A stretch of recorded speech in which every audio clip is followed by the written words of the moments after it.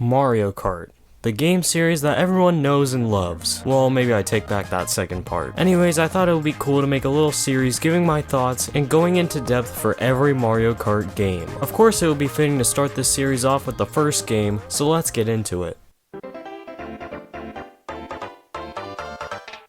The crazy thing about Mario Kart is it wouldn't have existed if F-Zero could handle a multiplayer mode. The people at Nintendo designed the characters for a new multiplayer go-kart racing game as men wearing overalls, and then someone got the big brain idea of using Mario and the gang, and thus, Super Mario Kart was born. Super Mario Kart had 3 modes, which were Grand Prix, Time Trial, and Battle Mode for multiplayer. We'll get into Battle Mode later. For the character roster, it's pretty controversial despite being the first game in the series. We have of course Mario, Luigi, Peach, Yoshi, Bowser, Toad, and I guess they threw Koopa Troopa in there. But the character I didn't mention is the most controversial part of this roster, Donkey Kong Jr. The reason why they threw him in here is to expand the character, even though they would ditch him 9 years later. Even with this though, I think they still should have put Donkey Kong over Donkey Kong Jr. here. Now that I've covered the game in terms of how it was created, it's time to move on to the gameplay. This game introduced 20 classic tracks with 8 locations, which are Mario Circuit, Donut Plains, Ghost Valley, Choco Island, Koopa Beach, Vanilla Lake, and one that we will get back to later. Mario Circuit has oil slick and pipes for you to avoid, Donut Plains has annoying Monty moles and water for you to fall into, Ghost Valley has bottomless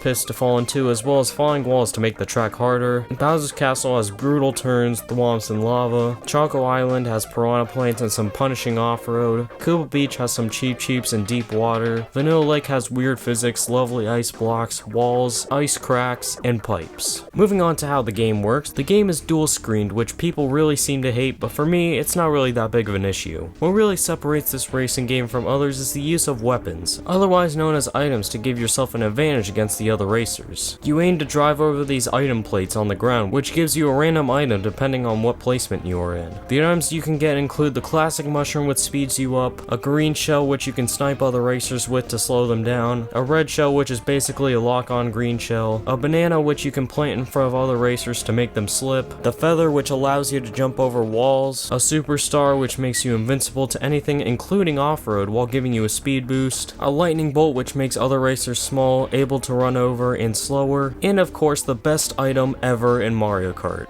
the coin. Next we gotta talk about the biggest thing about this game, which is the AI. Well, instead of artificial intelligence, they are artificial cheaters. They have items that you can't use and they can use them whenever they want without picking up the item. They have instant recovery, and they can just speed boost whenever they want to get ahead. Like, the rubber banding in this game absolutely sucks and can make winning very hard. Now that I've gotten them out of the way, let's head into what makes this game shine. While the tracks are pretty bland compared to now, at the time these were incredible tracks, and even remastered I don't think they are nearly as bad as people say they are. This game introduced a legendary track that was so legendary, it created many more legendary tracks like it. I'm talking about Rainbow Road, of course. The track that is so frustrating it's fun. Did that statement make any sense? Anyways, this version has no guardrails, rainbow thwomps, and of course other racers, making it the ultimate test of your skills. The multiplayer for this game is also incredible. In fact, it was designed specifically for playing with friends and family. The second screen, which is usually a map, is this time replaced with the other player's screen. You can play all of the regular modes in multiplayer, and there is even a mode that is specifically kept in the 2-player section, which is Battle Mode. This mode takes items to a whole new level. You basically go around collecting items and try and hit the other player 3 times first. It's a great time, and I'm glad this stayed in Mario Kart. But now that we have listed the pros, let's get into the not so great things about this game. Let's start with saying if you remove Bowser's Castle 2 from the game, it would make it a whole lot better. But we still have more to talk about. The Vanilla Lake tracks had so much potential, but they took a great design and made it infuriating with all of the ice blocks that you have to tightly squeeze through. I feel like if it focused on the jumps between cracks in the ice, we would be in so much better shape. The next thing that has to be talked about is the rank out mechanic, which basically makes the game more challenging. You have to get a placement of 4th or higher or else you die and you have to try the race again. But you know what the problem with this is? It's that I have to race freaking Bowser's Castle 2 5 times because I keep hitting the walls and can't catch up. Like seriously, I wish there was a fun mode and a challenge mode mode or something, because I'm not in the mood to spend 30 minutes on one track when I just want to play the whole cup. I'm glad they got rid of this in later games. And that's basically Super Mario Kart. It's definitely not my favorite from the series, but you know, all series start with the worst game. But the games that start off series are usually not the best. But it's a great game overall. Next time on this series, I'll be diving into Mario Kart 64, the next game in the series. Future me should have put it on screen now, as well as others in this series. Anyways, thanks for watching, and I will see you next time.